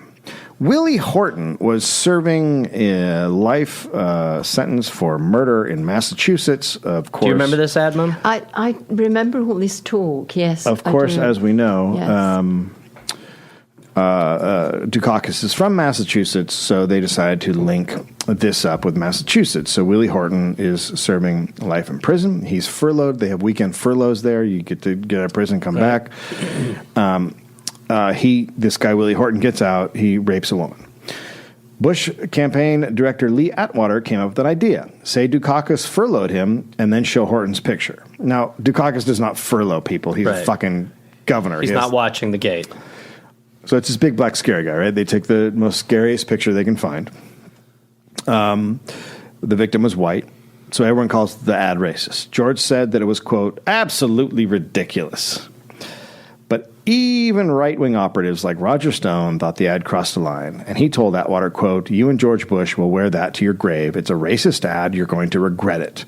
What's so great is that since George H.W. Bush died, we know that Roger Stone was wrong. Because once George H.W. Bush died, there was no talk of the Willie Horton ad. It was, God, what a dreamer he was, huh? Well, what a relationship he had. Oh, the legacy, the dynasty. Yeah, and that fuels guys like Stone to become worse people. Stone, who has an enormous tattoo of Richard Nixon on his back. Well, I do, but... No, you have a tattoo of Roger Stone's back with Nixon's tattoo on it, which is meta. On his deathbed, Atwater apologized for using the Horton ad against Dukakis, and as you said, George Bush never did. Right. And he won the election. Yay. He was way down in the polls. Two things turned he was down by like 15 points in the polls. Two things turned around. Number one, Horton, and number two, Dukakis got in a tank. Right. And it looked really bad. Yeah. I was actually. Do you remember when he was in the tank? I do. I was actually a young guy, and I was actually campaigning for Dukakis, going house to house and knocking on doors. And when that ad campaign when that picture came out, I was like, I'm done. It's over. Like you could feel it was over. It was immediately over. Hello? Hi. Who are you here for? Dukakis. that big girly New England guy in the tank who looked like a little mole man weighing over his head? That guy? The little guy, Yeah. when he's in the tank and he looks like he's lost. He looks like what's the blind guy's name? The cartoon blind guy. What's his name? The blind guy, Mr. Magoo. He looked like Mr. Magoo in a tank. Okay. Anyway, I love his policies. Here's some keep your literature. pamphlet. I don't need your pamphlet. That man is Mr. Magoo. The other guy committed crimes. Yeah. Well, I'll tell you what. He didn't commit a tank crime, which is that's what I call a war It's crime. just a picture. It is good to laugh. I'll tell you. I've been sitting here a little depressed all day, and then you came by and you started talking about your little tank buddy. Okay. Yeah. I gotta go. Yeah, your little GI Mike. I'm in a tank. Do you want to come in? My wife would get a kick out of this. She really liked him until he got in that tank. I don't want to come in. I don't want to do anything. He's such a little cutie pie, that little stinker. I want to die right now. Oh, all righty. Well, God, it's good to laugh. Anyway, we're voting for Bush. He's not a wimp. Well, let's pull it up because it's There he is. I mean, come on. This really is the problem with look at this. This is so dumb. This really is the problem. So do you not understand a little bit why people reject the Democrats? It's like, yeah, Bush did this, yeah, Bush did, but I mean, literally look at this picture. Yeah, it's one of the He's worst. at fantasy camp for the day. It might be the worst photograph in presidential campaign history, if not the top 2 or 3. I mean, it's like he's trying to make himself seem like a tough guy, and he looks like a fucking idiot. Oh, he just looks so dumb. I mean, he honestly looks like a little kid who got dressed up for Halloween and is about to go trick-or-treating with his parents. And what are you? I'm a presidential hopeful? Well, here's a Reese's Peanut Butter Cup, my little baby. Anyway, that's how he lost the election. Look at him. So George is president. And now crack arrives in the mid-'80s in the country. And that's lucky. Destroying cities. Nothing to do with the CIA, though. No. By the time George is president, is ravaging neighborhoods. And for his first address from the Oval Office, George wanted to make a big splash. George said, the quote, first Oval Office address is a big deal. So live on TV, he said the biggest domestic threat facing the U.S. was drugs, particularly crack. And then he pulled out a bag of cocaine. And it's legit. It's huge bag, right? Yeah, let me find Huge. Oh, yeah. Oh, dear. They call them fat rocks. That's a lot of crack. It is a lot of crack. I mean, there were like some people, like some crackheads just watching this, like, man, if we can get into the White House, we can just get so much good crack right now. He's so lucky. Yeah, that's all they think. Man, imagine being that lucky to be president and have that much crack to smoke. So he pulls it on live TV and he says, this is the biggest domestic threat. Quote, this is crack cocaine seized a few days ago by the drug enforcement agents in a park just across the street from the White House. They call it angel's breath, and I smoked a bunch earlier. I am feeling great. I've been up for 4 days. I can do 2 push-ups with my wiry arms. So this is Lafayette Park that he's talking about. There is no drug problem in Lafayette Park. There have been zero drugs. He's insinuating that these drugs were right across the street from where he lives in the White House. Which is just a lie. Right. No drugs. There have been no drug arrests there. Quote, the president wanted to show it could be bought anywhere. Days before the speech, the White House asked the DEA for a bust in Lafayette Park. A DEA agent then contacted a dealer and asked the dealer to come, and the dealer responded, quote, where the fuck is the White House? Yeah. When he was told what it was, he said, quote, oh, you mean where Reagan lives? So it's just a big PR stunt. Sure. It's 3 ounces of crack, $2,400. The kid's name is Keith Jackson. He's 18 years old. $2,400 at this time to an 18-year-old. It's an insane amount. It's going to get anybody to come out and try and sell fucking drugs. So he just sets his kid up. It's entrapment. Just it's entrapment. And Bush used the speech to push to more than double the amount spent on drug war enforcement. Quote, more prisons, more jails, more courts, more prosecutors. An additional $1.5 billion, the largest increase in history. So it's a jobs program. Yeah. Keith Jackson is convicted, not of the drug buying charges, but other stuff related to it, because that was entrapment. Right. He got 10 years. The drug war would turn out to be the... at the end of this speech, like the crack went missing, and they were just like, hey, W, you seen this anywhere? I haven't seen it. I don't know what you're talking about. The drug war would turn out to be, obviously, a horrific racist failure. George is the one who put it into overdrive. Right. He's the guy. In spring of 1989... He's the guy who started the drug war on crack.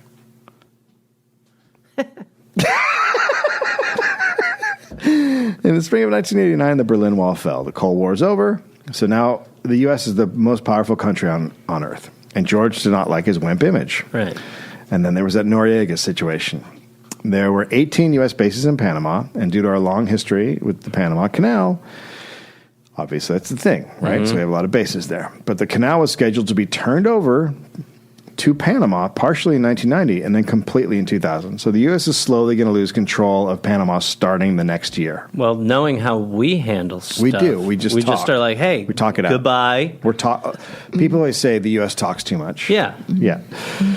And Noriega has stopped being helpful with the Contra stuff. Oh, and Noriega has all that blackmail material. Right. Noriega, quote, I've got Bush by the balls. So suddenly the U.S. The tiny raisin balls. So suddenly in the U.S., everyone is talking about how bad of a guy Noriega is. This is what we do. After years. God damn. Of not being a problem. This is just the same shit, different day. Well, this is what started it. So he's been a CIA informant. Right. Forever. He's been making $100,000 a year since 1976. He's on the government fucking payroll. But now he's upset, George, and he's also, a problem with the Panama Canal. Right. So the media goes in overdrive. Now he's the most frightening thing since Hitler. It's pure. In a matter of months, it's pure hysteria. By the way, if he was as bad as Hitler, Bush would have hired him for the White House. On December 20th, 1989, U.S. forces attacked Panama City. The purpose of the invasion was simply to capture Noriega on drug charges. Okay. U.S. officials were told the exact location of Noriega by a diplomat 3 hours after the operation began. Okay. Quote, but when I called, Southcom, that's the people in charge of the operation, Southcom said that it had other priorities. Yes, the total destruction of the very poor neighborhoods of El Chorrillo and San Miguelito. Why? Well, why? Because two reasons. Number one, they backed Noriega, these two communities. Right. There have been, at the time, there were... so this is just more spelling the message out a little more clearly, essentially. At the time, people said there was weapons testing happening. Oh, Jesus. Oh, God. There was absolutely no body count. So the U.S. purposely made sure there was not a body count. Quote, they began burning down El Chorrillo at 6:30 a.m. They would throw a small device into a house and it would catch on fire. They burned from one street to the next. This is the neighborhood. Wow. So we burnt down a neighborhood for no reason. Now that's a you can lot. see that. That's where people lived. That is what we call a slum, and it has just simply been burned down for no reason. Why do people not like us? I don't know. Blocks were burned. No one knows how many were killed. Bodies were piled in the streets and burned. There were mass graves. The destruction of these neighborhoods had nothing to do with Noriega. They just supported him. After Noriega was captured, George said it was all worth it. Quote, every human life is precious. And yet... Which is why we don't count them. And yet I have to answer, yes, it has been worth it. Well, I mean, that seriously is just genetics then. Right? I mean, that's just alive in every one of them. Well, he learned from his father. Yeah. And W was taught by his father. The UN Security Council passed a resolution condemning the invasion, but the U.S., UK, and France vetoed it. Many countries saw what happened in Panama as an incredibly dangerous precedent. Yeah. The General Assembly then voted 75-20 for a resolution that called it, quote, a flagrant violation of international law. Yeah. Quote, people burning to death in the incinerated dwellings, leaping from buildings, running in panic through the streets, cut down in crossfire, crushed by tanks, human fragments everywhere. After these clear war crimes and disregard for international law, Georgia's poll numbers in the U.S. shot to record highs not seen since Eisenhower. 76%. George had shown that American presidents would receive their highest support for illegally invading countries and slaughtering people. Ride in a tank for a photo op, bad. Use tanks to destroy others, good. This isn't the press. This is us. Right. Right? This is the people of America being fucking monsters. Yeah. Because it's just insane that should be allowed, and that's your highest rating for just. So he caught Noriega, right? So now Noriega is in jail, but so many people died that didn't need to die. By the way, he's in jail for working with us. Yeah, I don't think I have it, but there's a famous shot of him. Is he still alive? Do you want to look that up, Aaron? I think he died recently, but I might be wrong. Yeah, there's the famous shot of him getting Yeah, so then it was all worth it. So then he's on the front of Newsweek doing a mug shot. Public enemy number one. And everyone's like, look at what... USA. And remember, it's Wimpy George. Wimpy George went and got this guy. Put a boot up your ass. But we killed humans. Right. May of 2017. Wow, last year. So he just died in May 2017. Rest in peace. You were a great guy. Why didn't our media inflate him? The New York Times, after the invasion, quote, for President Bush, a man still portrayed in Doonesbury comic strip as the invisible president, showing his steel had particular significance. So, I mean, really, it's just how many people does a man have to kill to undo a cartoon? Pretty much. Right. And yet the media continued to attack his manhood, at one point jumping all over him for asking for another, quote, splash of coffee.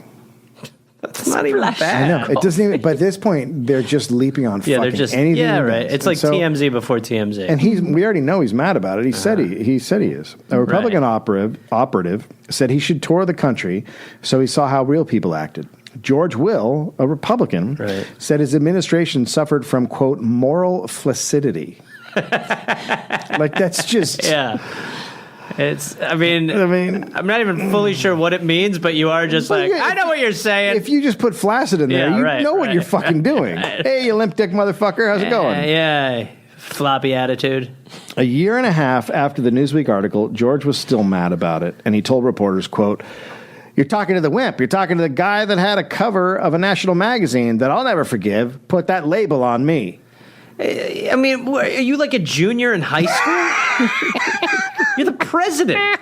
In the summer of 1990, Iraq and Kuwait were feuding. One issue was their borders. Another was that Iraq accused Kuwait of slant drilling and stealing their oil. And the third issue was Kuwait was overproducing oil to drive down the price of oil. So in July, Georgia's U.S. ambassador was visited by three ghosts by a Saddam Hussein representative. Quote, this is the ambassador, U.S. ambassador, quote, we have no opinion on the Arab conflicts like your border disagreement with Kuwait. What a simple time. Now, Saddam is threatening to invade. And then that was the George Bush administration's response, which is a green light to invade. Yeah, right? Yes. Iraq invaded Kuwait a couple weeks later. George told the American public that Iraq had invaded Kuwait, quote, without provocation or warning. When they'd given not consent. to defend Saddam Hussein, but if you are him, you're like, wait, what? No, you can defend Saddam Hussein in this instance, because if the U.S. had said, no, we will fucking destroy you, he wouldn't have invaded. Okay, everybody calm down. We gave him the green light. Right. There was provocation and warning. Right. This would be true. So the Pentagon, using top-secret satellite images, now said 250,000 Iraqi troops and 1,500 tanks were on the border of Saudi Arabia, and Iraq was threatening to invade Saudi Arabia. Right. George sent troops. Then America's like, go protect our boys. We all love Saudi Arabia. Come on, Gordon's fisherman, the president, you pussy. George sent troops to protect Saudi Arabia. But reporter Jean Heller of the St. Petersburg Times got her hands on commercial satellite images of the Saudi border. There were no Iraqi troops. It was an empty desert. Heller, quote, that Iraqi buildup was the whole justification for Bush sending troops in there, and it just didn't exist. So George Bush lied, which turns out to be a family pattern. George Bush lied about, and that's how he got troops in there. He lied about why Iraq invaded. He lied about everything. Had it ever fully been lied about this much? No. right? And probably, but no. He also lied about Panama. Right. I'll do the Panama one. That's a separate dollop. But everything that has happened since 9/11, the wars, ISIS, Iraq, is all because George Bush lied 100% about Saudi Arabia and Kuwait and Iraq, and this is the number one justification for Bin Laden attacking and doing 9/11 is because we had troops in Saudi Arabia. That's what he uses as a recruiting tool for Al Qaeda. Yeah. So the Gulf War went swimmingly as long as you're a U.S. troop. George dropped 88,500 tons of bombs. Oh my God, tons of bombs. Yeah. In Iraq and Kuwait, there were tons of civilian casualties. One airstrike hit an air raid shelter in Baghdad and killed at least 408 civilians. Human Rights Watch said the Pentagon knew it had been used as a civil defense shelter during the Iran-Iraq war, but we still bombed it. And we bombed it on purpose. The Human Rights Watch concluded this was, quote, a serious violation of the laws of war. UN resolutions under which the war were organized did not go beyond the liberation of Kuwait. But as Iraqi troops fled Kuwait back to Iraq, pilots began to bomb them on the highway. Air raids pinned down the convoy, then the vehicles were attacked. It was simply a slaughter of soldiers withdrawing. And then the word started getting out about this horrible situation on the highway. So they basically just got these people pinned in, and they're just blasting them in their vehicles. Oh wow! Oh my God! It's basically just a slaughter of people withdrawing, right? And word's getting out that they are withdrawing, and so the U.S. Central Command starts getting freaked out that word is getting out that they're withdrawing, and we're killing people withdrawing because you're not supposed to do that, right? And then Saddam announced the troops were withdrawing, and that had started before the U.S. started bombing. And the Pentagon decided to use, quote, forceful language to portray Iraq's claimed withdrawal as a fighting retreat due to U.S. attacks. So if the forces are retreating, if the bombing started and the forces are retreating, that's different than if they start pulling out before the attacks. Right. Okay. So you're just saying they're running away, they're not giving up. It's a legal justification of war crimes, basically. Right. The next day, George Bush made a hasty televised statement saying the war would continue despite Saddam's withdrawal announcement. We found a bunch of crack on them. They're about this size. He said Iraq could not be trusted. Iraqi troops were retreating under pressure, not voluntarily withdrawing, and that Saddam was trying to get a political victory from a military rout. He said Saddam would not get a propaganda victory, which America fucking loves. Right. Like, that's just... Right. So the bombing continues. It became known as the Highway of Death, as hundreds of Iraqi soldiers were killed in their vehicles. Jesus. Major Bob Nugent, Army intelligence officer, quote, even in Vietnam, I didn't see anything like this. It's pathetic. A pilot, quote, it was like shooting fish in a barrel. But everything the U.S. military and the Bush said about it was a lie. Washington Post, quote, in fact, however, tens of thousands of Iraqi soldiers in and around Kuwait City had begun to pull away more than 36 hours before Allied forces reached the capital. So we just literally just killed them. And the rationale for doing that is just to be like, we're winning by this much. Oh, no. What is that? That's a burnt guy. No. Oh, gosh, that's horrid. Oh, my God. That's what should be on the news. Like, if you want to kill people in war, then put that shit on the news. Let's see the bodies. Holy shit. When the war ended, the Highway of Death became a tourist attraction. Kuwaitis with video cameras walked up and down the highway to record the devastation. Coalition soldiers toured the mayhem, taking pictures of each other besides junk tanks, armored personnel carriers, and vehicles and bodies. During the war, U.S. bombs purposely destroyed civilian infrastructure like electrical plants, water treatment plants, food processing plants. Washington Post, quote, some targets, especially late in the war, were bombed primarily to create post-war leverage over Iraq, not to influence the course of the conflict itself. So, I mean, at that point, that really is when you're like, if you haven't lost the people already, you are like, this is a very clear distinction of now you not only are we going to leverage your government, we're now going to leverage you completely. Well, they're just trying to. If you blow up water treatment facilities, sewer, and electrical, you're dependent. You're killing children. Yeah, like you're now purposely trying to kill the elderly children and people who have the hardest time. Right. A Harvard Public Health Team concluded 4 months after the war that the destruction of the Iraqi infrastructure resulted in acute malnutrition and epidemic levels of cholera and typhoid, which is why it's human rights violation to target infrastructure like water treatment, which is why it's a human rights violation. By January 1992, a demographer with the U.S. Census Bureau estimated the war caused the deaths of 158,000 Iraqis, 13,000 immediate civilian deaths, and then 70,000 for damage done to electricity and sewage treatment plants. Just crazy. And then the Bush administration threatened her with termination. Well,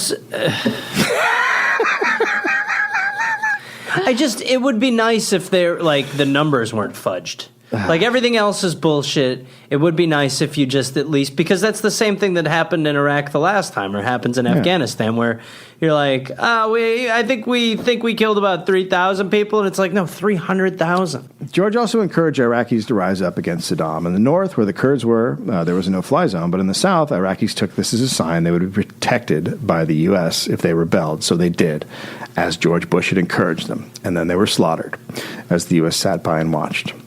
In Iraq, George H.W. Bush... It's a feel-good story, isn't it? It's lovely. It's one of those fun, like... It's really a nice bedtime story. Do you remember when the press was acting how awesome he was after he died? Yeah. I do. And it's funny, really, because I remember thinking, well, I don't think he was that good, was he? I do. And now I know. You've confirmed it. Yeah. In Iraq, George H. Bush is... It was like the royal wedding, the human. In Iraq, George H.W. Bush is seen as a criminal. He imposed brutal sanctions in 1990, the harshest in UN history. Salaries in Iraq fell by up to 90%. Jesus. Children and elderly suffered the most. An elderly Iraqi, quote, "We only remember him for death, pain, sadness, starvation, the destruction of infrastructure. Iraqis under siege ate dirt because of Bush. The sanctions remained in place until his son invaded Iraq." In the summer of 1991, July 1st, 1991, President Bush nominated Clarence Thomas to fill the Supreme Court seat left vacant by Thurgood Marshall, the first black Supreme Court justice. Thompson had been a judge for only 16 months. Near the end of Thomas's hearings, he was accused of sexually harassing Anita Hill, who had worked for him. She testified and was brutally attacked by the right, while some of the Democrats stood silent. 2 other women were prepared to testify and were waiting in the back room of the Senate, but Joe Biden did not call them. As the sexual harassment claims unfolded, George said, quote, "I have total confidence in Thomas." George chose to side with a man who multiple women described harassing them. He sent a message to America that women should not be believed. In April 1992... Which ended, thankfully, about 3.5 years ago. We decided to listen to That's right. We wrapped that. Yeah, we finally... at any hearing... Yeah. Be honest, we will listen to you. Yeah. Isn't it great how much different Trump is? Yeah. In April 1992, at a campaign fundraiser... I like beer! In April 1992... Did George H.W. Bush make Clarence Thomas take a vow of silence after that? Oh, my God. He never says a word. Because he's a fucking idiot. Yeah. He was a judge 16 months, and then he was on the Supreme Court. In April 1992, at a campaign fundraiser in Michigan, a woman posed with George for a photo. She said he groped her ass. Quote, "It was like a gentle squeeze." Thomas was... Or did she want a hard squeeze? Pull. Thomas was confirmed with 11 Democrats voting for him. You're the problem, Democrats. That's right. On January 8th, 1992, at a banquet in Japan, George leaned over and vomited in the lap of the Japanese Prime Minister. It's our way of saying I'm not a wimp. I remember. I mean, by the way, also when he did that, he looked as wimpy as possible. Yeah, he couldn't have looked... It looked like he put Grandma in like the Blue Angel. Yeah. During his presidency, George also solidified further Republican ties with evangelicals. To do this, people had to die. He did a lot of really good, meaningful stuff. He bowed to their anti-LGBTQ agenda as the AIDS epidemic blew up. When he took office, he said he would do more to battle AIDS, but that was just talk. His administration dragged its feet on drug treatment and would not address prevention in the gay community, which could have been done by promoting and funding safe-sex programs and condom distribution. ACT UP eventually targeted him at his main summer retreat. So you know how people go like, you don't yell at them in restaurants and stuff? ACT UP went to his fucking house. Yeah. George responded by saying... I also love that. They're like, don't ruin their meal. It's like Fuck they're ruining off. everything. Yeah. I can't shout at them when they're getting their. What the fuck are you talking about? I have every right. If I saw Sarah Huckabee Sanders, Oh, no, they shouldn't be allowed to go out in public without getting yelled at. and there's Democrats too. I mean, gladly, Dave. Oh God, Dave, we need This to go week- to DC for a week. Yeah, we do. George responded by saying, quote, behavioral change is the best way to fight the disease. That's right. Time machines and behavioral change. Now remember how good of a guy he is, right? Yeah. During a televised interview, George was asked what he would do if he had a gay grandchild. Oh, God. He said he would love the child, but wouldn't tell the child he was normal. Right.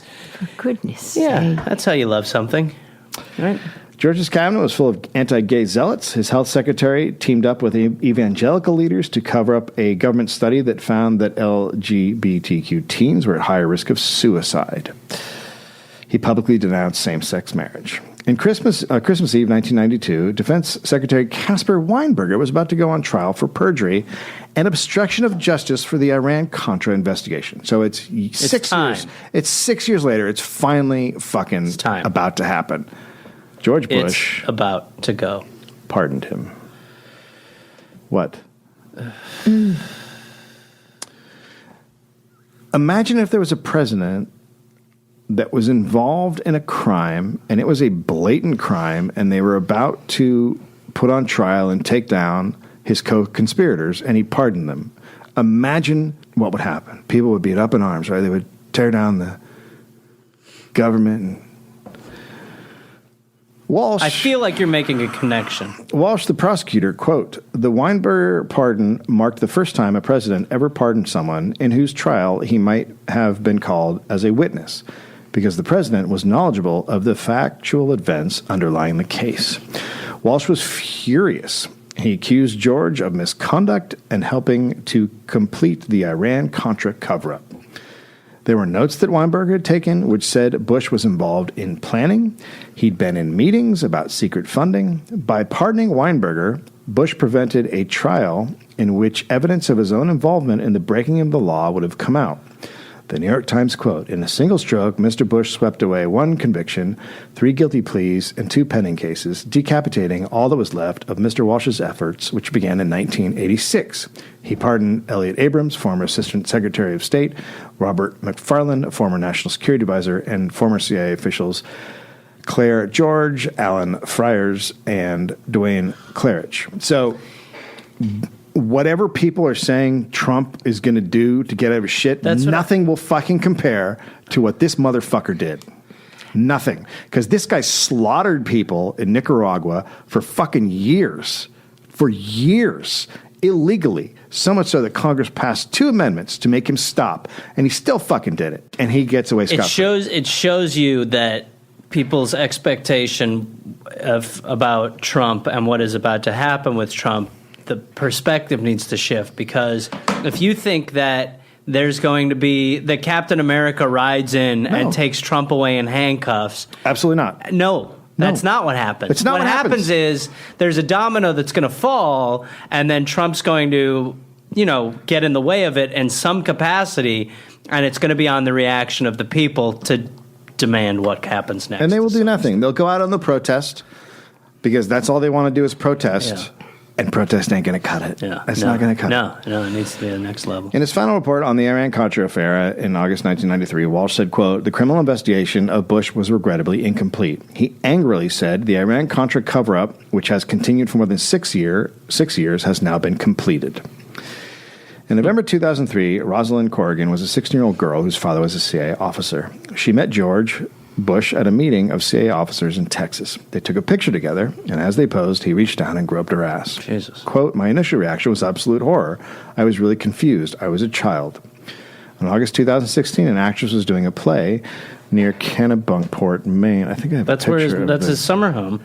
That is his summer home. This actress is doing a play near Kennebunkport, Maine. George was known to go to the theater, and he came backstage during intermission. All the actors gathered for a photo with him. The actress said other actors warned her that George had a reputation for fondling women during photo ops. Quote, Jesus. I guess I was thinking he's in a wheelchair. What harm could he do? Well, he reached down to her ass as the photo was taken and said, quote, do you want to know who my favorite magician is? David Copperfield, and then he grabbed her. Barbara was there too, and she said, quote, "He's going to get himself put into jail," and everyone laughed. In 2018... I like that a war criminal can be threatened with jail when it comes to ass grabbing. In 2018, another actress said Bush, quote, "touched me from behind from his wheelchair with his wife Barbara Bush by his side. He told me a dirty joke, and then all while being photographed, he touched me again." Jesus. That ass groping led many of other women to come out. Altogether, it was 8 women. Bush's spokesman did not deny it, but said Bush was innocent. Quote, "He has patted women's rears in what he intended to be a good-natured manner." Yeah, well, guess what, dickhead? Yeah, all the women that happened to didn't feel the same. Yeah. George W. Bush died, and that's fine. I was arrested protesting both the Panama invasion and the first Gulf War. I should put that out there that I'm not a fan. Mm-hmm. Every single thing that George H.W. Bush did set up what Trump is doing and what everyone's upset about. That's the reality of the situation. You can scream about everything Trump is doing, but we already had a president get away with a crime by pardoning people, and the Congress did not change the rules. So why would you fucking think anything differently? You're fucking acting like Trump is a new goddamn thing. No, this has happened before. It was fucking 30 years ago. Fuck, man. It's the same shit. It's the same Just watching them fucking scream about he's going to be a fucking constitutional crisis. It already was a constitutional crisis. Yeah. It already happened. Yeah, and the way you get through it is by ignoring it. No, the way you get through it is to make him a hero when he dies. Yeah. Fucking now he's a hero? Yeah. He's a fucking criminal who should have died in prison for slaughtering Nicaraguans. He should have died in prison. Yeah. And all of these asshole, I'm going to say Democrats, because of course Republicans, all these fucking asshole Democrats acting like he's this awesome guy. Yeah. He was a fucking evil motherfucker, an evil man from top to bottom, and he should have been in jail for war crimes and for what the fuck he did, ignoring Congress and doing his own goddamn Operation Black Eagle. Fuck him. We want to thank Casper Mattress. I think the other thing is that when you just have to remember the stuff that we have done in other countries, and remember that potentially will be a time when the tables have turned. And who's going to listen to the cries from this country of bullshit? The rest of the world is waiting for us to fall. Yeah. I mean, they're going to be so fucking overjoyed. Right now, we're like the Jenga tower that just got the shakiest piece removed, and we're still standing somehow. Like, it ain't good. It's not good. But also the Russia thing is a classic example of we've done that to every country in the world. Yeah, literally, I know. Right. Everyone's mad about Russia. I mean, Jesus Christ, clean up your own fucking side of the street first. We've done that to everybody, including Russia. We did it to Russia already. Yeah. Like we do, and also, whatever. But that's like literally our job. Like it's what we do is fuck up other countries, and it happens to us once, and everyone throws a fucking tantrum. Yeah. You don't get to play ball like that. If you punch someone in the face and they punch you in the face, guess what? Yeah. You deserved it. Yeah. Well, thanks for being on, Mum. It was very nice. Thank It wasn't. you. It wasn't was the lovely. best one for you to be on. Did you like all the dead guy and the burned guy in the car? What was your favorite picture? What was your favorite part? What was your favorite picture? Yeah. They were all so good. It's hard for me to choose.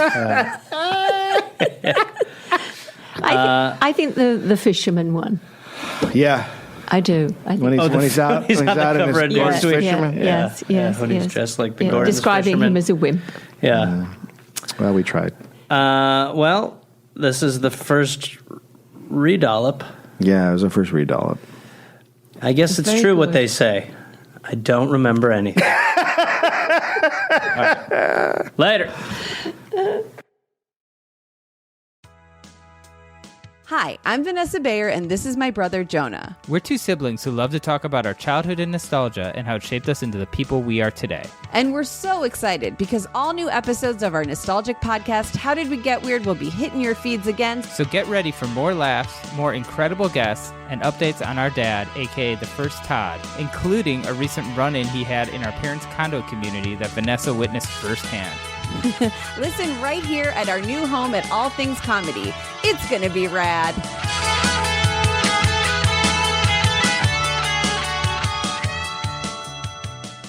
Gear up for winter adventures at Epic Mountain Gear. Shop in-store at any of our 7 locations and take advantage of expert boot fitting, big junior trade savings, and tune and wax services. Plus, our experts are on hand to advise on the widest selection of this season's newest ski and snowboard gear, apparel, and accessories. From top brands like Salomon, Burton, Oakley, K2, The North Face, Patagonia, Helly Hansen, and more. Get winter ready at your local Epic Mountain Gear. Epic Mountain Gear, your winter adventure begins here. See epicmountaingear.com for locations.